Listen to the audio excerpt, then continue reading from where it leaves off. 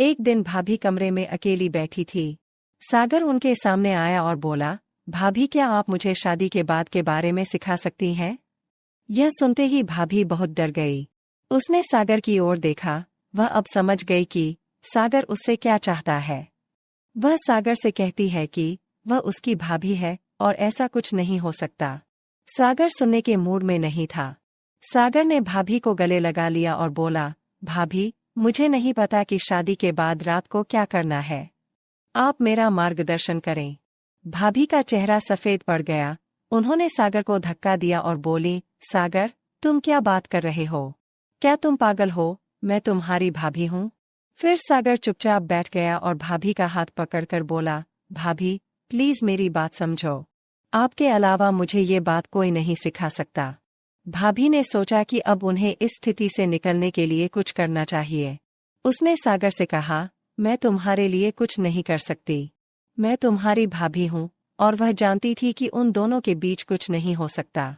लेकिन सागर मानने के मूड में नहीं था। उसने बार बार भाभी से अनुरोध किया। भाभी ने खुद को संभाला और बोली, सागर, मैं तैयार हूँ लेकिन। नमस्कार दोस्तों। सागर को अपनी भाभी के प्रति कुछ अनोखा आकर्षण महसूस हुआ। उसकी सुंदरता उसके लिए अद्वितीय थी। उसके काले, रेशमी बाल, भावपूर्ण आंखें और उसकी मखमली त्वचा उसका दिल जीत लेती थी। भाभी ने भी सागर से अलग रिश्ता बना रखा था। वह हमेशा उसे अपने करीब महसूस करती थी और उसका व्यवहार बहुत प्रेमपूर्ण और स्नेहपूर्ण था। सागर की नज़र लगातार उस पर टिकी रहती थी। एक बार घर में सिर्फ सागर और उसकी भाभी ही थे। बाकी सभी रिश्तेदार एक शादी समारोह में बाहर गए हुए थे। उस सुकून भरे पल में सागर को उसके साथ एक अलग भावनात्मक रिश्ता बनता हुआ महसूस होने लगा। दोपहर के भोजन के बाद भाभी आराम करने के लिए लेट गई। सागर उनके कमरे में गया और धीरे से उन्हें उठाया और पूछा, भाभी, क्या आप थक गई हैं? भाभी बोली, हाँ, थोड़ा थक गई हूँ। भाभी ने आंखें खोली और पूछा, सागर, तुम क्या कर रहे हो? कुछ नहीं भाभी, बस आपसे मिलने आया हूँ। सागर भाभी के पास बैठ गया और धीरे से भाभी का हाथ छूने लगा। उसने उसे नहीं रोका। सागर ने सोचा, शायद भाभी के मन में भी कुछ है। सागर का अपनी भाभी के प्रति नजरिया अब बिल्कुल बदल चुका था। वह अब उसके लिए भाभी तो नहीं रही थी, लेकिन उसके मन में एक नई भावना उभर रही थी। इसी समय सागर का गन्ना हलचल करने लगा। उसके मन में एक उलझन थी। एक तरफ उसकी शादी तय हुई थी, तो दूसरी तरफ भाभी के लिए उसकी भावनाएं उसके मन में बवंडर मचा रही थीं। शादी की तिथि धीरे धीरे निकट आ रही थी। हर तरफ खुशी थी, लेकिन सागर एक अलग ही दुनिया में खोया हुआ था। रात को वह उठता और खिड़की से बाहर देखता रहता। उसके मन में कई सवाल थे और वह अपनी भावनाओं का जवाब ढूंढने में असमंजस में था। उसे समझ नहीं आ रहा था कि अब क्या करे। एक दिन भाभी कमरे में अकेली बैठी थी। सागर उनके सामने आया और बोला, भाभी, क्या आप मुझे शादी के बाद के बारे में सिखा सकती हैं? भाभी बहुत डर गई और उसने सागर की ओर देखा। वह समझ गई कि सागर उससे क्या उम्मीद करता है। उसने सागर से कहा कि वह उसकी भाभी है और ऐसा कुछ नहीं हो सकता। सागर सुनने के मूड में नहीं था। सागर ने भाभी को गले लगा लिया और बोला, भाभी, मुझे नहीं पता कि शादी के बाद रात को क्या करना है। आप मेरा मार्गदर्शन करें। भाभी का चेहरा बदल गया।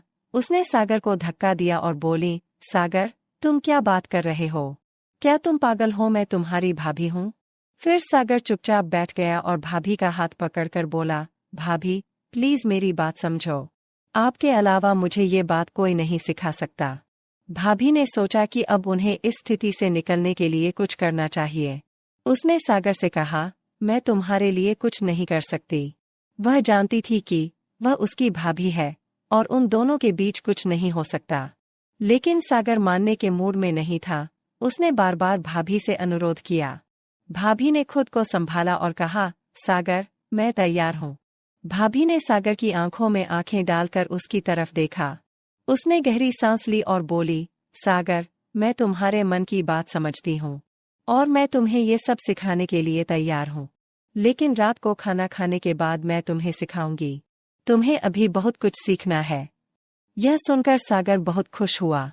उसने भाभी को गले लगा लिया और बोला, भाभी, आप बहुत अच्छी हो।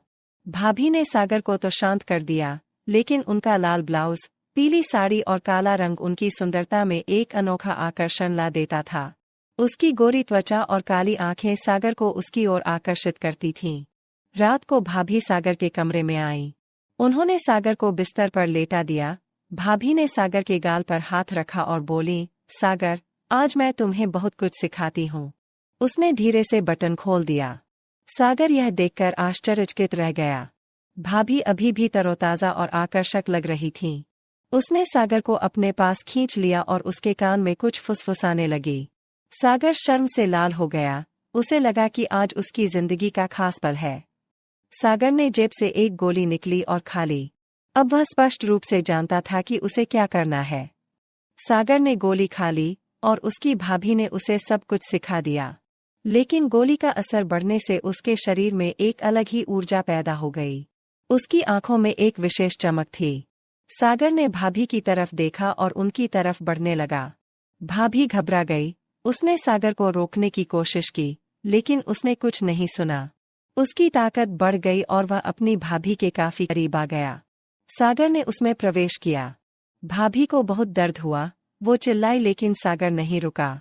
उसने अपने कार्य पर ध्यान केंद्रित किया और उसकी भाभी ने उससे विनती की, लेकिन कोई फायदा नहीं हुआ। आखिरकार सागर के शरीर की ऊर्जा खत्म हो गई और वह थककर अपनी भाभी पर गिर पड़ा। उसके चेहरे पर संतुष्टि का रंग था। भाभी ने ये सब देखा तो उसकी आंखों में आंसू आ गए। कुछ देर बाद सागर को होश आ गया। उसने इधर उधर देखा तो उसकी भाभी उसके बगल में सो रही थी। वह अपने किए पर शर्मिंदा था। उसे एहसास हुआ कि उसने क्या किया है। सागर उठ बैठा और भाभी को जगाया। सागर ने उसे गले लगाया और माफी मांगी। भाभी ने उसे माफ कर दिया और कहा कि उसका ऐसा करना ठीक नहीं है। फिर वे दोनों अपने अपने कमरे में चले गए। दोस्तों, अगर आपको यह कहानी पसंद आए तो लाइक करें और चैनल को सब्सक्राइब करना ना भूलें। मिलते हैं अगले ऐसे ही वीडियो में। तब तक के लिए आप सभी का बहुत बहुत धन्यवाद। धन्यवाद। हाथ थोड़ा और नीचे लाओ। मुझे बहुत मजा आ रहा है। मैडम, क्या मैं आपकी कमर के और नीचे ले जाऊं? जरूर। उस दिन मुझे मसाज लेते वक्त काफी सुकून मिल रहा था, लेकिन फिर कुछ ऐसा हुआ। रात का समय था। हवेली के चारों ओर सन्नाटा पसरा हुआ था। खिड़की से हल्की हल्की बारिश की बूंदें कांच पर टकरा रही थी। कमरे में एक मध्यम रोशनी जल रही थी। निधि मल्होत्रा, 35 साल की, घने लंबे बाल, कसी हुई कमर और नशीली आंखें। उसका पति करण हमेशा के लिए बिजनेस ट्रिप पर जा चुका था। निधि अब तन्हा थी। उसका दिल बेचैन था। शरीर में एक अजीब सी गर्माहट थी। उसने बेड पर लेटे लेटे अपना गाउन और ढीला कर लिया, आंखें बंद कर ली। तभी अचानक दरवाजे पर दस्तक हुई। आओ, उसने धीमी आवाज में कहा। दरवाजा खुला। अंदर दाखिल हुआ अर्जुन शर्मा, 28 साल का, कसी हुई बॉडी, चौड़ी छाती, भूरी आंखें और गहरी आवाज। वो निधि का मसाज थेरेपिस्ट था। मैडम, आज का मसाज सेशन शुरू करें? अर्जुन ने धीमे स्वर में पूछा। हाँ अर्जुन, आज मुझे बहुत थकान है। निधि ने अपनी गर्दन घुमाई। अर्जुन ने कमरे की लाइट हल्की कर दी। उसने अपने हाथों में तेल लिया। उसकी उंगलियां गर्म और मजबूत थी। मैडम, आप लेट जाइए, अर्जुन ने कहा। निधि ने अपनी रेशमी गाउन को कंधों से नीचे खिसका दिया। उसकी पीठ अर्जुन के सामने थी। अर्जुन की नजरें उसकी नंगी पीठ पर अटक गईं। उसने गहरी सांस ली और अपने हाथों को उसके कंधों पर रखा। अर्जुन ने धीरे धीरे तेल को निधि की गर्दन पर मलना शुरू किया। उसकी उंगलियां निधि की कोमल त्वचा पर घूमने लगीं। आराम से, निधि ने आंखें बंद करते हुए कहा। अर्जुन के हाथ अब उसकी गर्दन से नीचे उसकी पीठ पर उतरने लगे। उसकी उंगलियां हर नस पर नाच रही थीं। निधि के होठों से हल्की सिसकी निकली। आपकी त्वचा बहुत मुलायम है, मैडम, अर्जुन ने धीमे स्वर में कहा। और तुम्हारे हाथ बहुत गर्म हैं, निधि ने हौले से कहा। अर्जुन के हाथ अब उसकी कमर के पास पहुंच गए। उसने निधि की कमर को कसकर पकड़ लिया। निधि की सांसें तेज होने लगी। अर्जुन और नीचे। अर्जुन के हाथ अब निधि के नितंबों पर थे। उसने उन्हें धीरे धीरे सहलाना शुरू किया। उसकी उंगलियां हर नस को जगाने लगी। निधि की आंखें अब भी बंद थी। उसकी उंगलियां बेडशीट को कसकर थामे हुए थी। अर्जुन ने निधि को अपनी ओर खींचा। निधि ने आंखें खोली। उनकी आंखें एक दूसरे में समा गईं। अर्जुन, क्या तुम मुझे और महसूस करना चाहते हो? निधि ने धीरे से कहा। अर्जुन ने बिना कुछ कहे अपना चेहरा निधि के चेहरे के करीब लाया। उनकी सांसें एक दूसरे में घुलने लगी। मैडम, आप बहुत खूबसूरत हैं। अर्जुन ने उसके होठों पर हल्का सा चुंबन दिया। निधि ने अपनी उंगलियां अर्जुन के बालों में फंसा दी। अर्जुन ने निधि को अपनी बाहों में कसकर पकड़ लिया। उनके शरीर एक दूसरे में घुलने लगे। तभी अचानक दरवाजे पर दस्तक हुई। अर्जुन और निधि दोनों चौंक गए। कौन हो सकता है? निधि ने घबराते हुए कहा। अर्जुन ने जल्दी से अपनी शर्ट पहन ली। निधि ने भी गाउन कसकर बांध लिया। दरवाजा खुला। सामने खड़ी थी मीरा, घर की पुरानी नौकरानी। उसकी नजरें अर्जुन पर टिकी थी। मैडम, करण साहब का फोन आया है। उन्होंने कहा है कि वो 2 दिनों में घर आ रहे हैं। निधि के चेहरे का रंग उड़ गया। ठीक है, तुम जाओ, मीरा ने अर्जुन की ओर देखते हुए कहा। और अर्जुन जी, आप थोड़ी देर रुक सकते हैं, मुझे आपसे कुछ बात करनी है। अर्जुन ने निधि की ओर देखा। निधि ने उसे आंखों ही आंखों में इशारा किया। अर्जुन ने मीरा के कमरे में प्रवेश किया। कहो, क्या कहना है? अर्जुन ने तीखे स्वर में पूछा। मीरा ने अर्जुन के चेहरे की ओर देखा। उसकी आंखों में गहरी शरारत थी। अर्जुन बाबू, आपने जो किया है वो करण साहब को पता चल गया तो क्या होगा? अर्जुन ने उसका हाथ पकड़ लिया। क्या चाहिए तुम्हें? मीरा ने अपनी उंगलियां अर्जुन की छाती पर फिराते हुए कहा। मैं तुम्हारे राज को दबा सकती हूँ, लेकिन उसके लिए तुम्हें मुझे भी वो देना होगा जो तुम निधि मैडम को दे रहे हो। अर्जुन का चेहरा सख्त हो गया। मीरा उसके और करीब आ गई। अर्जुन ने मीरा को धक्का देकर दूर किया। मैं तुम्हारे साथ कुछ नहीं करूँगा, मीरा ने हंसते हुए कहा। अच्छा, तो देख लेना, कल सुबह तक करण साहब को सब कुछ पता चल जाएगा। अर्जुन ने घबराते हुए निधि के कमरे की ओर देखा। निधि बिस्तर पर बैठी थी। उसकी आंखों में आंसू थे। अर्जुन, अब क्या करेंगे? अर्जुन ने उसे कसकर पकड़ते हुए कहा। तुम फिक्र मत करो, मैं सब संभाल लूंगा। कैसे? मीरा को रोकने के लिए मुझे उसे वो सब देना होगा जो वो चाहती है। अर्जुन ने मीरा के कमरे में कदम रखा। मीरा बिस्तर पर बैठी थी। उसने अपनी साड़ी के पल्लू को गिरा दिया तो आ ही गए अर्जुन बाबू। अर्जुन ने अपने कपड़े उतारने शुरू कर दिए। मीरा ने उसे अपनी ओर खींचा। उनके शरीर एक दूसरे में समा गए। अर्जुन के होंठ मीरा के हर हिस्से को चूम रहे थे, लेकिन उसकी आंखों में सिर्फ एक ही चेहरा था, निधि। रात का समय, करण अचानक घर आ जाता है। मीरा करण के पास जाती है। करण साहब, मुझे आपसे कुछ कहना है। करण की आंखों में गुस्सा था। क्या बात है? आपके घर में कोई आपका विश्वास तोड़ रहा है। करण के चेहरे पर शिकन आ गई। क्या मतलब? मीरा ने धीरे से कहा। आपकी पत्नी और अर्जुन दोनों के बीच कुछ चल रहा है। करण का चेहरा तमतमा गया। उसने अर्जुन को आवाज लगाई। अर्जुन कमरे में दाखिल हुआ। तो ये सब सच है? करण ने चीखते हुए कहा। करण की आंखें गुस्से से लाल हो रही थी। उसने अर्जुन के कॉलर को कसकर पकड़ लिया। तूने मेरी गैर मौजूदगी में मेरी बीवी को छुआ? अर्जुन ने खुद को छुड़ाते हुए कहा। करण साहब, आप गलत समझ रहे हैं, ऐसा कुछ नहीं हुआ।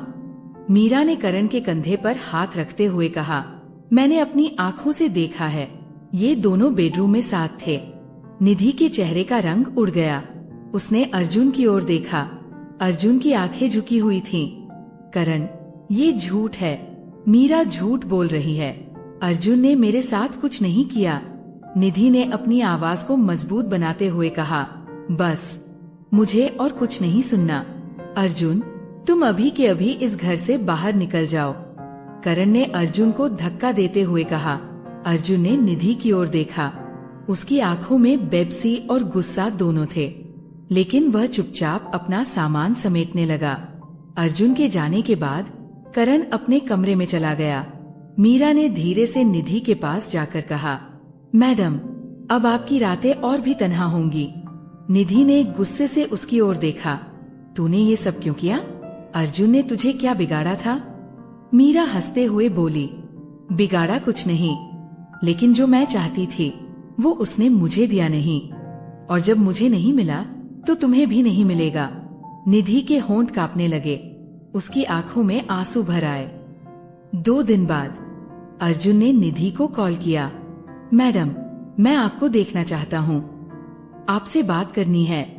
नहीं अर्जुन, अब करण घर पर है, अगर उसने देख लिया तो सब कुछ खत्म हो जाएगा।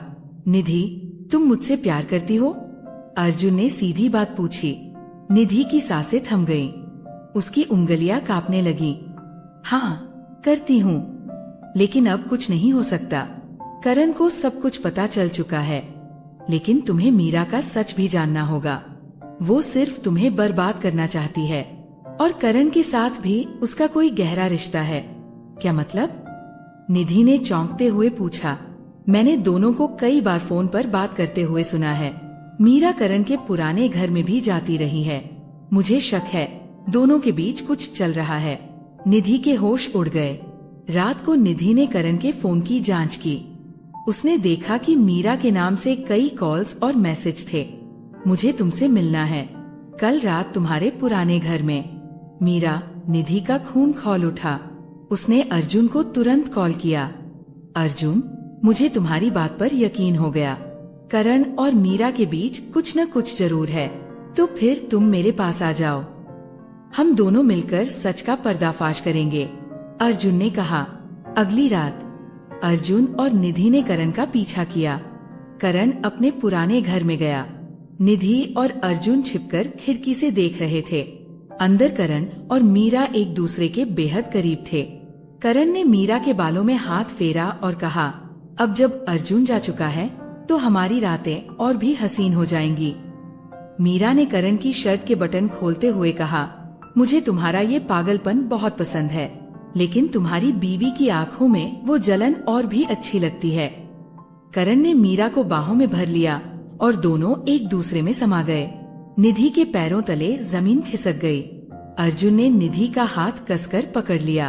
अब समझी, करण ने तुम्हें धोखा दिया और मुझे तुम्हारी जिंदगी से दूर कर दिया।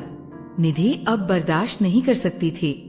उसने अर्जुन के सामने कहा, अर्जुन, अब मुझे तुम्हारी जरूरत है। मुझे करण और मीरा को उनकी करतूतों का मजा चखाना है। अर्जुन ने उसे अपनी बाहों में भर लिया। मैं तुम्हारे साथ हूँ, निधि। दोनों ने एक दूसरे के होठों को कसकर चूम लिया। अर्जुन की उंगलियां निधि के बालों में फंस गईं। उनकी सांसें एक दूसरे में समा गईं। अगली सुबह निधि और अर्जुन ने योजना बनाई। अर्जुन ने करण को कॉल किया। करण साहब, मुझे आपसे माफी मांगनी है। जो भी हुआ उसके लिए मैं जिम्मेदार हूँ। कृपया मुझे मिलने का एक मौका दें। करण ने गुस्से में कहा, तो अब इस शहर में नजर आया तो तेरा हश्र बुरा होगा। आपकी मर्जी, लेकिन क्या आपको पता है कि मीरा आपके पैसों का गबन कर रही है? उसके पास आपकी प्रॉपर्टी के पेपर भी हैं। करण चौंक गया। क्या? मैं आपके पुराने घर में हूँ, सबूत के साथ आपका इंतजार कर रहा हूँ। करण और मीरा दोनों पुराने घर में पहुँचे। अर्जुन और निधि पहले से वहाँ छिपे हुए थे। करण ने अर्जुन को देखा और गुस्से से कहा, तूने मेरे और मेरी बीवी के बीच फूट डाली। अर्जुन हंसते हुए बोला, नहीं करण, तेरे और तेरी रखेल के बीच की फूट मैं डालने आया हूँ। निधि बाहर आई। करण, मैं जान चुकी हूँ कि तुम और मीरा पिछले 3 साल से मुझे धोखा दे रहे हो। करण और मीरा चौंक गए। मीरा ने करण का हाथ पकड़ते हुए कहा, मैंने ये सब तुम्हारे लिए किया था। करण ने मीरा को झटक दिया। तूने मेरे साथ भी धोखा किया, मेरे पैसों के पीछे पड़ी थी। अर्जुन ने सारे सबूत करण के सामने रख दिए। मीरा के नाम से ट्रांसफर हुए पैसों के कागजात। करण ने गुस्से में मीरा को धक्का दिया। तू मेरे घर से निकल जा। करण ने अर्जुन से माफी मांगी। मुझे माफ कर दो अर्जुन, मैंने तुम्हें गलत समझा। अर्जुन ने निधि का हाथ थाम लिया। अब मैं और निधि साथ रहेंगे। और हाँ करण, ये वो प्यार है जो तेरी कमी ने पैदा किया। करण ने सिर झुका लिया। अर्जुन और निधि ने घर छोड़ दिया। दोनों ने एक नई जिंदगी की शुरुआत की। तो दोस्तों, उम्मीद है कि ये कहानी आपको पसंद आई होगी। अगर ये कहानी आपको पसंद आई है तो आप हमारे इस चैनल अंदर के किस्से को जरूर सब्सक्राइब करें और हमें कमेंट करके जरूर बताएं। हम मिलते हैं आपसे नई वीडियो में। मासूम समझता था, धन्यवाद। लेकिन जब मैंने उसे एक रात 12 बजे उसके रूम में जो करते देखा, उसके बाद मेरा उसे देखने का नजरिया पूरी तरह बदल गया था। क्योंकि वो अपनी उंगली से, मेरा नाम प्रेम है, मेरी उम्र 24 साल है और मेरी एक छोटी बहन है जिसका नाम अर्पिता है। अर्पिता बेहद सुंदर है और बिल्कुल जानवी कपूर जैसी दिखती है। वो सिर्फ 21 साल की है। ये कहानी उस पल की है जब मुझे पता चला कि मेरी वो मासूम बहन अब बड़ी हो गई है। ये बात है 1 साल पहले की, जब मैंने उसके फ़ोन में कुछ ऐसा देखा जिसने मुझे अंदर तक हिला दिया। जिस बहन को मैं हमेशा मासूम समझता था, उसके बारे में वो सच जानकर मुझे यकीन नहीं हुआ।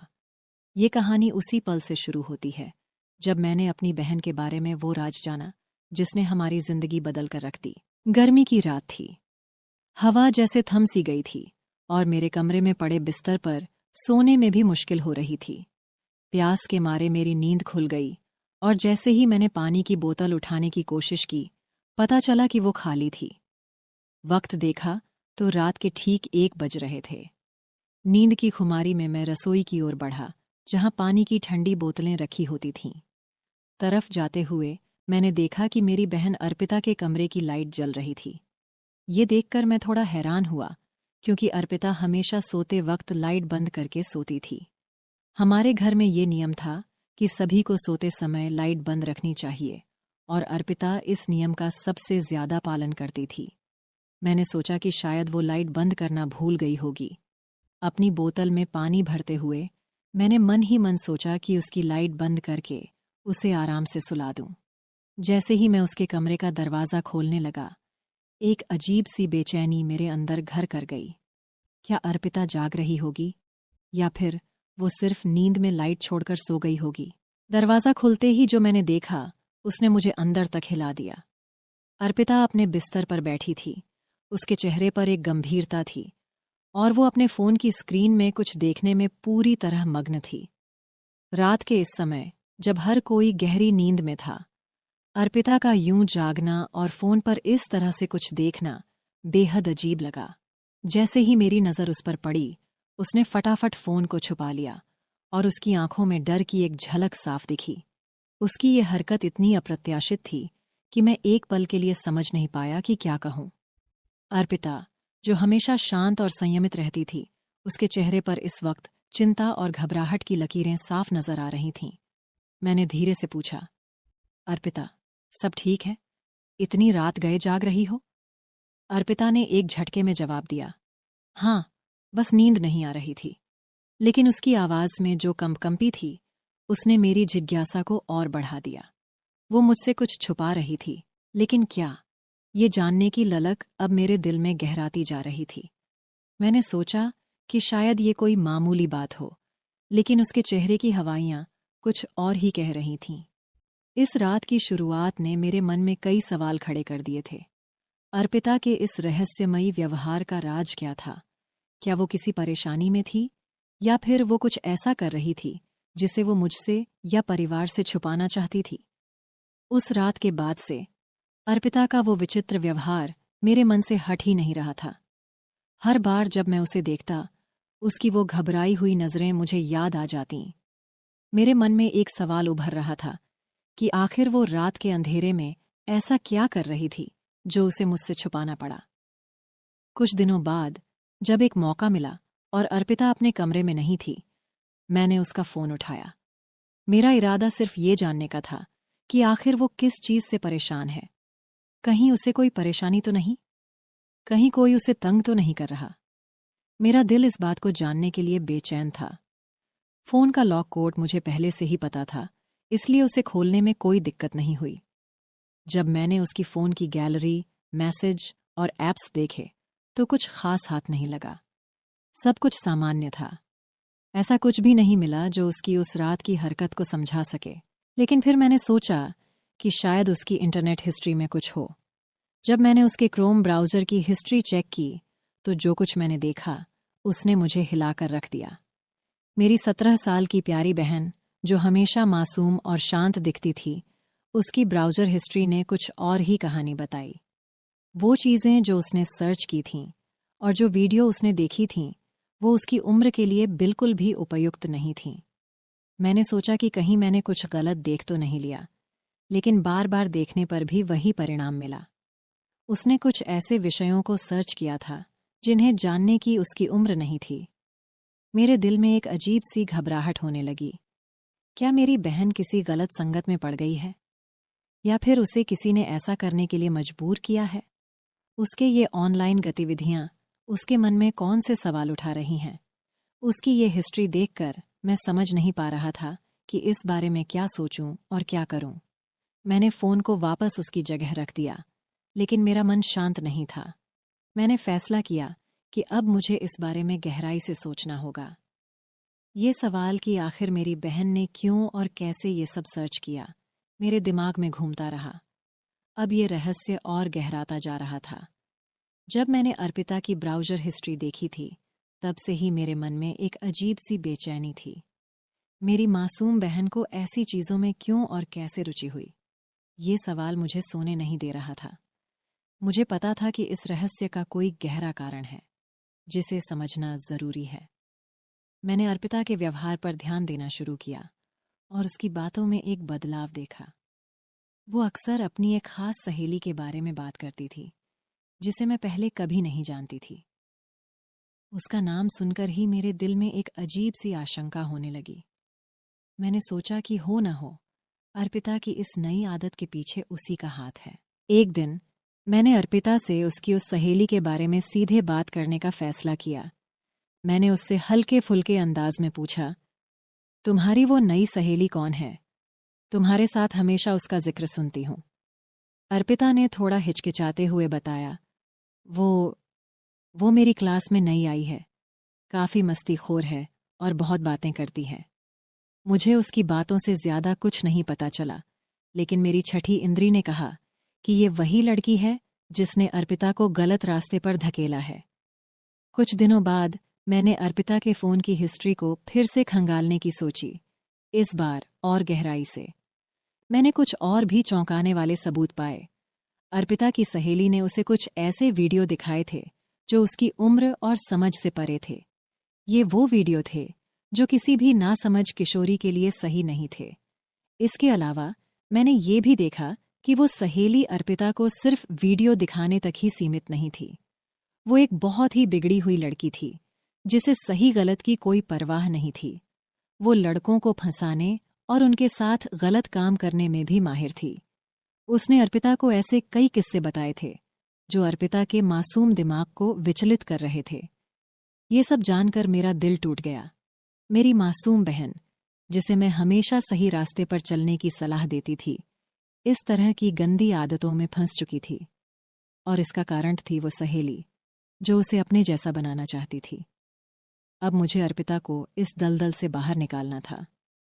मैंने फैसला किया कि सबसे पहले मुझे उस सहेली से अर्पिता की दूरी बनानी होगी, और उसके बाद मुझे अपनी बहन को प्यार और समझदारी से समझाना होगा कि वो किस राह पर चल पड़ी है और उसे किस तरह से वापस सही रास्ते पर लौटना है। इस तरह मैंने अपनी बहन को उस गलत संगत से बचाया और उसे जीवन के सही रास्ते पर लाने की कोशिश की।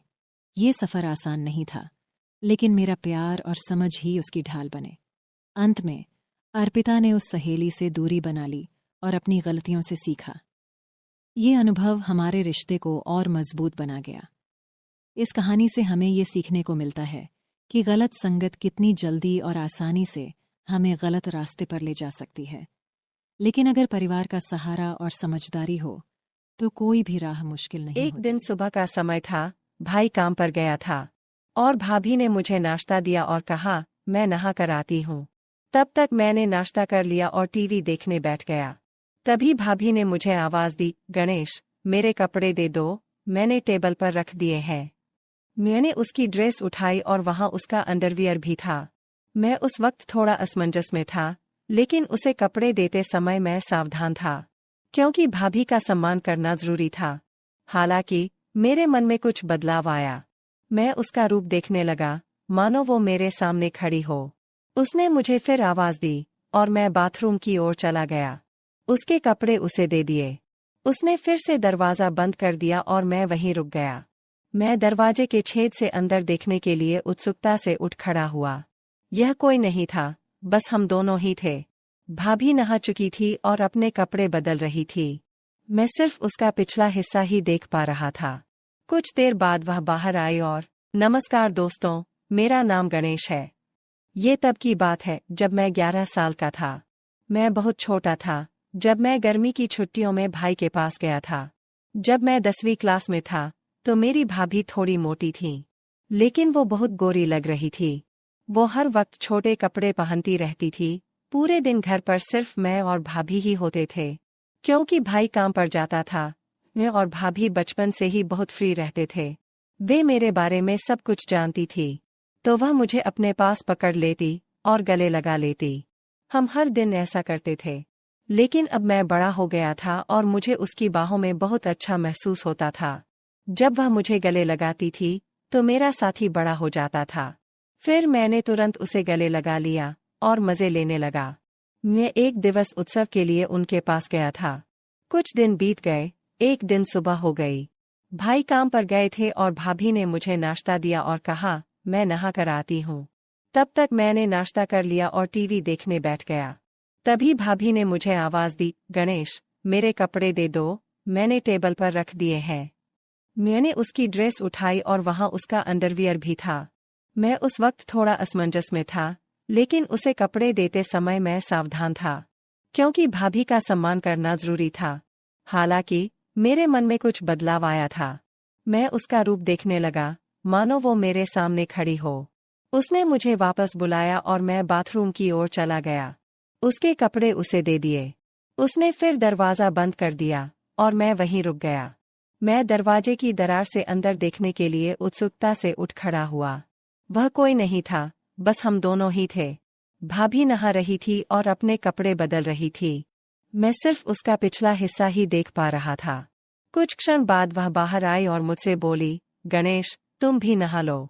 मैं तुरंत वहां से निकला और नहाने लगा। अंदर भाभी का अंडरवियर लटका हुआ था। मैंने उसे हाथ में ले लिया और उसकी महक में खो गया। नहाने के बाद कमर पर तौलिया लपेटकर बाहर आया और बोला, भाभी, मेरे कपड़े दे दो। भाभी ने मुझे कपड़े दिए और मैं जल्दी से कपड़े पहनकर तैयार होकर रसोई में चला गया। भाई काम पर जा रहे थे।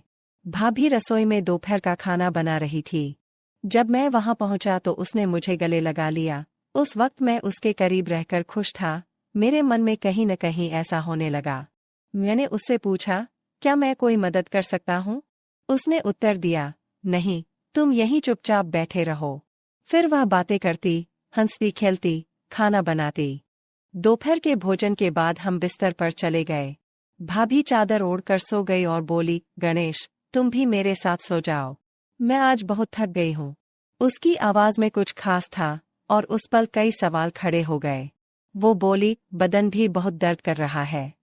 मैंने तुरंत भाभी से पूछा, क्या मैं आपके शरीर को दबा सकता हूँ, अगर आपको कोई दिक्कत नहीं है तो? उसने नहीं कहा। मैंने फिर पूछा। मैं उसके पीछे पड़ा और बोला, भाभी बोलो, दर्द हो रहा है तो दबा दूं। उसने कहा, ठीक है। मैं धीरे धीरे उसके पैर दबाने लगा। उसके घुटनों तक पहुंचकर मैं रुका और अब उसकी वह चीज दिख रही थी। मैंने उससे पूछा, भाभी ऊपर भी दबाना है क्या? तो वो बोली, हाँ दबाओ, मुझे आराम मिलेगा। धीरे धीरे मैंने उसके कपड़े ऊपर उठाए और मैं उसका आकार देख सका। उस दृश्य को देखकर मुझे एक अलग ही अनुभव हुआ। उसी पल मेरा ध्यान उस चीज पर रुक गया और मैं पूरी तरह से भ्रमित था। गणेश, अब रुको, मैं भी तुम्हारे पैर दबाती हूँ। तुम्हारे भी पैर दर्द कर रहे होंगे? वो मेरे पैर दबाने लगी और उसके नाजुक हाथों के स्पर्श से मुझे बहुत अच्छा महसूस हो रहा था। उसने मेरे पैरों को दबाते हुए मुझे आराम दिया और फिर हम वहीं सो गए। अब मुझे थोड़ा बेहतर महसूस हुआ। फिर भी मैंने उनसे पूछा कि भाभी, क्या मैं आपको गले लगा सकता हूँ? भाभी ने मुस्कुराते हुए जवाब दिया, क्यों नहीं, लगाओ। तुम ऐसे क्यों पूछते हो, हम दोस्त हैं ना। तुम्हारा आलिंगन मुझे एक नई गर्माहट देता है। वह बहुत होशियार थी और सब कुछ जानती थी, मैं छोटा था। गले मिलने के बाद हम दोपहर को सो गए।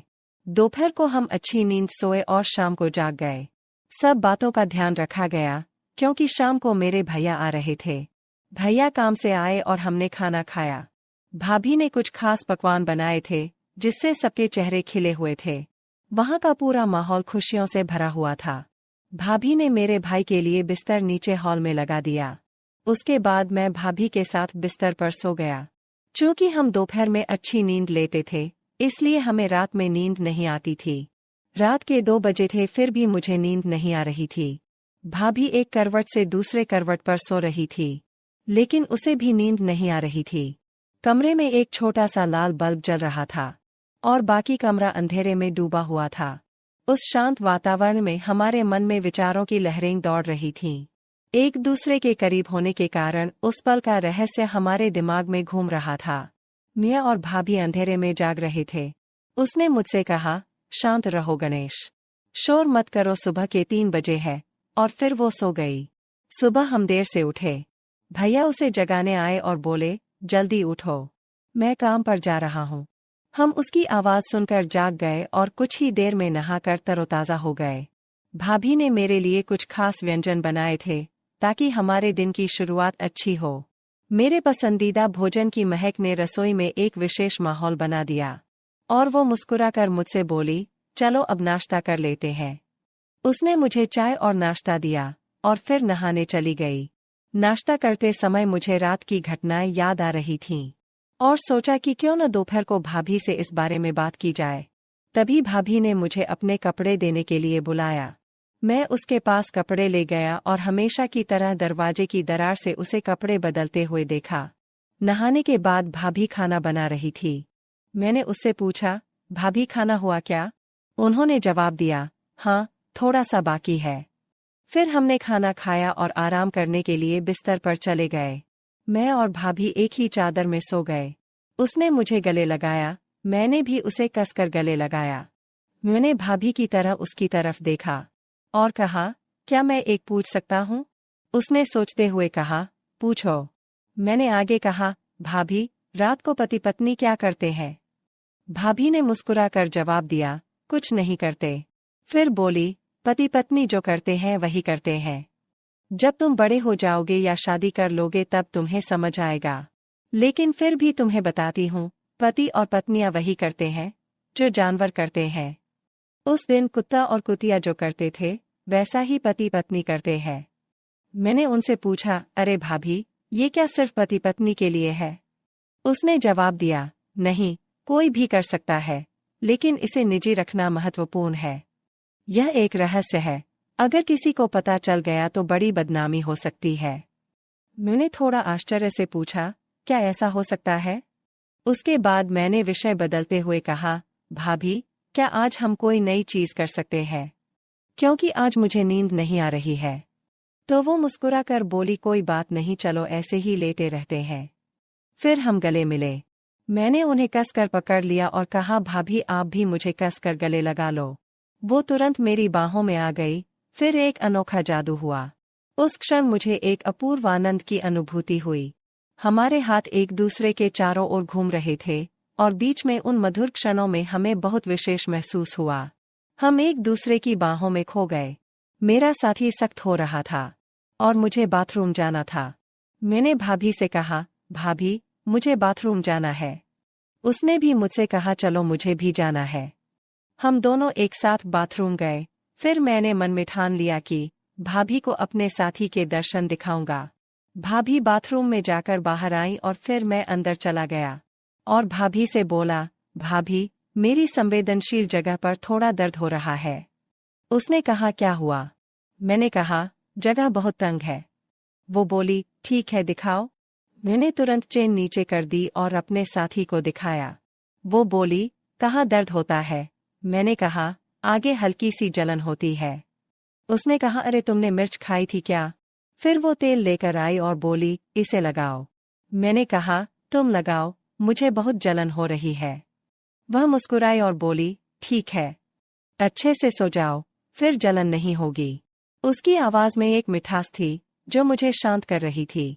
फिर मैंने कंबल लिया और मुझसे पूछा, गणेश, क्या तुम्हारा दर्द बंद हो गया? मैंने कहा, हाँ। फिर वह बोली, मुझे वापस दिखाओ। मैं सीधे बिस्तर पर गया और उससे पूछा, क्या आप देखने के लिए तैयार हैं? भाभी यह देखकर खुश हो गई। मेरा साथी भाभी को पूरी तरह से साथ दे रहा था। कुछ देर बाद मेरे साथी को उल्टी हुई और भाभी यह देखकर शर्मा गई। दोस्तों, अगर आपको कहानी पसंद आए तो हमारे चैनल को सब्सक्राइब करें। और आपको कहानी कैसी लगी मुझे कमेंट में अवश्य बताएं। जब नौकर मालिश कर रहा था तो वो मेरे उस चीज के पास आकर रुक गया। मैंने कहा, तुम रुक क्यों गए? काम जारी रखें। वो अपने हाथों से मेरी मालिश करने लगा। मैंने उसे थोड़ा प्रोत्साहित किया, ये गलत नहीं है, आप अच्छी मालिश कर रहे हैं। वह थोड़ा घबराया, लेकिन फिर उत्साह के साथ मालिश जारी रखी। 1 घंटा बीत गया और उसके हाथों ने मुझे एक अलग दुनिया दिखाई। फिर वह बोला, मालकिन, आप बहुत सुंदर लग रही हैं। उसने मुस्कुराते हुए कहा, और मैंने भी उससे कहा, आप बहुत अच्छा काम कर रहे हैं। उसने बिना सोचे मुझसे पूछा, क्या तुम मेरे साथ क्रिकेट खेलोगे? नमस्कार दोस्तों, आज के स्टोरी में आपका स्वागत है। मेरा नाम पायल है और मैं दिल्ली में रहती हूँ। मैं देखने में बहुत सुंदर हूँ। मेरी गहरी भूरी आंखें, मेरी कोमल त्वचा पर गुलाबी होंठ और लंबे काले बाल एक विशेष आकर्षण है जो सीधे मेरी पीठ तक जाते हैं। मेरी ऊंचाई 5.7 फुट है और मेरे शरीर की प्राकृतिक सुंदरता साफ नजर आती है। मेरे शरीर के हर उतार चढ़ाव को देखकर कोई भी मर्द या जवान उसमें खो जाना चाहता है। मेरी शादी 7 साल पहले हुई थी। मेरे पति राहुल एक सफल बिजनेसमैन है। उनके पास बहुत पैसा है, इसलिए वे जो चाहे खरीद लेते हैं, चाहे वो कोई वस्तु हो या महिला। राहुल हमेशा बाहर रहते हैं और घर पर ज्यादा समय नहीं बिताते, इसलिए मैं भी अपने जीवन में स्वतंत्र और आनंदमय जीवन जीती हूँ। हमारे घर में एक नौकर था, लेकिन किसी कारणवश उसे अचानक गांव जाना पड़ा। उन्होंने कहा कि उनका बेटा रोहित उनकी जगह काम करने आएगा। कुछ दिन बाद उनका बेटा हमारे पास आया और घर का सारा काम करने लगा। रोहित एक युवा, आकर्षक और संपन्न लड़का था। वह साफ सफाई, बर्तन धोना और अन्य सभी कार्यों को व्यवस्थित करता था। हमारे घर में आज़ादी थी, कोई रोक टोक नहीं थी, इसलिए उसे यहाँ रहना अच्छा लगता था। एक दिन वह रसोई में सब्जी बना रहा था, तो मैंने उससे कहा कि तुम सब्जी कितनी अच्छी बनाते हो। दरअसल जब तुम किचन में होते हो तो मुझे कोई काम नहीं करना पड़ता। रोहित मुस्कुराया और बोला, मालकिन, मैं जब काम कर रहा होता हूँ तो आपको चिंता करने की कोई जरूरत नहीं है। फिर एक दिन मुझे एक दोस्त की बर्थडे पार्टी में जाना था। पार्टी बहुत देर रात खत्म हुई और मैंने बहुत ज्यादा शराब पी रखी थी, इसलिए मैं सुबह देर तक सोती रही। करीब 11 बजे मेरी नींद खुली तो मेरे कमरे में अंधेरा था। मैंने कुछ देर और बिस्तर पर आराम किया और फिर उठकर बैठ गई। मैंने रोहित को आवाज दी और चाय लाने को कहा। थोड़ी देर बाद रोहित चाय लेकर आया और बिस्तर के पास खड़ा हो गया। उसकी आंखों में कुछ अलग सा था। मैंने उसके चेहरे की तरफ देखा, वो मेरी तरफ ही देख रहा था। शायद मैंने उस पर ज्यादा ध्यान नहीं दिया। फिर मैंने उससे पूछा, क्या हुआ? क्या तुम कुछ कहना चाहते हो? उसने जवाब दिया, नहीं मालकिन, कुछ नहीं। फिर मैंने उससे कहा, तो तुम यहाँ क्या कर रहे हो? फिर वह चला गया। उसके जाने के बाद मुझे थोड़ा दोषी महसूस हुआ। मैंने सोचा कि मुझे उसके साथ ऐसा व्यवहार नहीं करना चाहिए था। थोड़ी देर बाद मैंने उसे बुलाया और उसे मेरा कमरा साफ करने के लिए कहा। वह तुरंत वापस आया और सफाई के सामान से मेरे कमरे की सफाई करने लगा। मैं बस बिस्तर पर लेटी हुई थी। जब रोहित मेरे कमरे में काम कर रहा था तो मैं उस पर ध्यान दे रही थी। वह मेरे चेहरे को देख रहा था और मैं उसके सामान को देख रही थी। मैं समझ गई कि उसके मन में क्या चल रहा है। मैंने उससे पूछा, तुम यह दूसरा क्या काम करते हो? तो उसने कहा, मैं गांव में बच्चों को पढ़ाता हूँ। फिर मैंने पूछा, सिर्फ पढ़ाते हो या कुछ और भी करते हो? उसने कहा, मैं शाम को अखाड़े में जाता हूँ। मैं मुस्कुराई और कहा, मुझे नहीं लगता कि आप अखाड़े में जाते होंगे। बाद में जब हम बातें कर रहे थे, मैंने उससे कहा, मेरा शरीर बहुत दर्द करता है, क्या तुम मेरी मालिश करोगे? वह थोड़ा शर्मिंदा हुआ और तेल लेकर आया। मैंने उसे तेल से मालिश करने से मना कर दिया। अब रोहित धीरे से मेरे पैरों की मालिश करने लगा और मैं सोच रही थी कि यह मेरे पैरों के ऊपरी हिस्से पर अधिक ध्यान देता है। उनका मन मेरी टांगों की ओर घूम रहा था। मैंने उसे और जोर से मालिश करने को कहा। उसने झिझकते हुए कहा, मालकिन, आपके पैरों को आराम की जरूरत है, इसलिए मैं हल्की मालिश कर रहा हूँ। मैंने हंसते हुए कहा, मुझे धीरे धीरे मालिश करना पसंद नहीं है, तुम थोड़ा जोर से करो। वो थोड़ा जोर से मालिश करने लगा। उस वक्त मुझे उसका काम बहुत अच्छा लग रहा था। धीरे धीरे वो मेरे घुटनों की मालिश करने लगा। मैंने कहा, आपका काम बहुत अच्छा है। वह थोड़ा खुश हुआ और मेरे उस चीज के पास आकर रुक गया। मैंने कहा, रुक क्यों गए? वह अपने हाथ से उसकी मालिश करने लगा।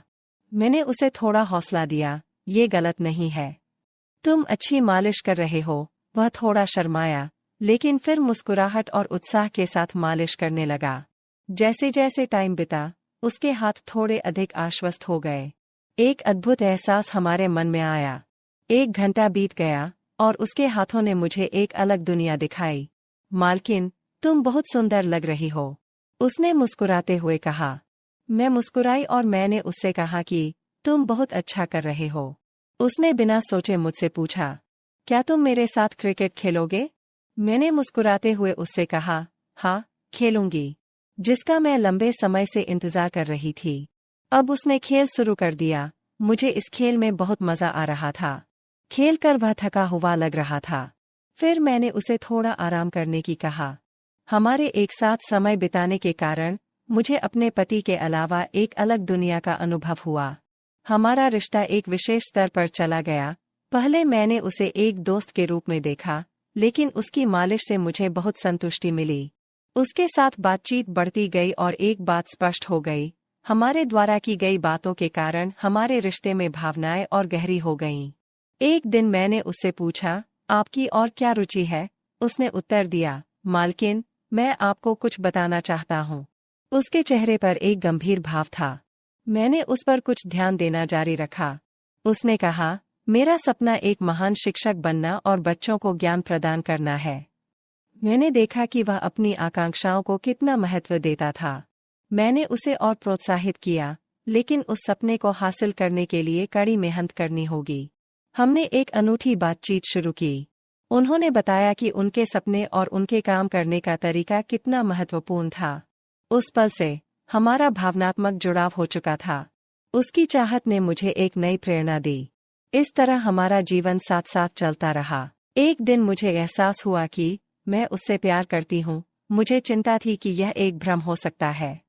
मैंने अपने मन की गहराइयों से उससे पूछा, क्या तुम जानते हो मेरे पति के बारे में मैं क्या सोचती हूँ? वह रुका और बोला, क्या तुम अपने पति के साथ खुश नहीं हो? मैंने उससे कहा, उसे केवल काम से मतलब है। रोहित ने कहा, तो क्या तुम हमारे रिश्ते को और गहरा करना चाहती हो? मैं असमंजस में थी। जब मैं रोहित के साथ थी तो खुश थी, लेकिन मुझे अपने पति की याद आती थी। कभी कभी मुझे उसके लिए प्यार महसूस होता था, लेकिन अगले ही पल मेरे विचार गहरे हो गए। फिर एक दिन रोहित ने मुझे अपने मन की बात बताई। उसने नरम रुख अपनाया और मुझसे कहा, तुम मुझसे शादी करोगी? फिर मैंने मन बना लिया कि अब मुझे कुछ तय करना ही होगा। रोहित के प्यार को एक मौका देना होगा, और ये सब मुझे रोहित के सामने बताना होगा। रोहित, मैं तुम्हारे साथ एक अनोखी जिंदगी जीना चाहती हूँ। वह खुश हो गया और हम दोनों को एक दूसरे से प्यार हो गया। यह एक असामान्य प्यार था, विश्वास और समर्पण से भरा हुआ। उस दिन हमने एक साथ अपने जीवन का एक नया अध्याय शुरू किया, जिसमें दोनों ने एक दूसरे को पूरी तरह से स्वीकार कर लिया और दुनिया को एक नया नजरिया दिया। रोहित के साथ रहते हुए मुझे नई प्रेम कहानी का एहसास हुआ। प्यार कभी विफल नहीं होता, और उसके साथ रहने का मतलब जीवन के हर पल का आनंद लेना है। इस तरह हमारा रिश्ता एक नई विशिष्टता से भर गया। दोस्तों, इस तरह की और अधिक रोमांचक कहानी के लिए हमारे YouTube चैनल को सब्सक्राइब करें। धन्यवाद दोस्तों।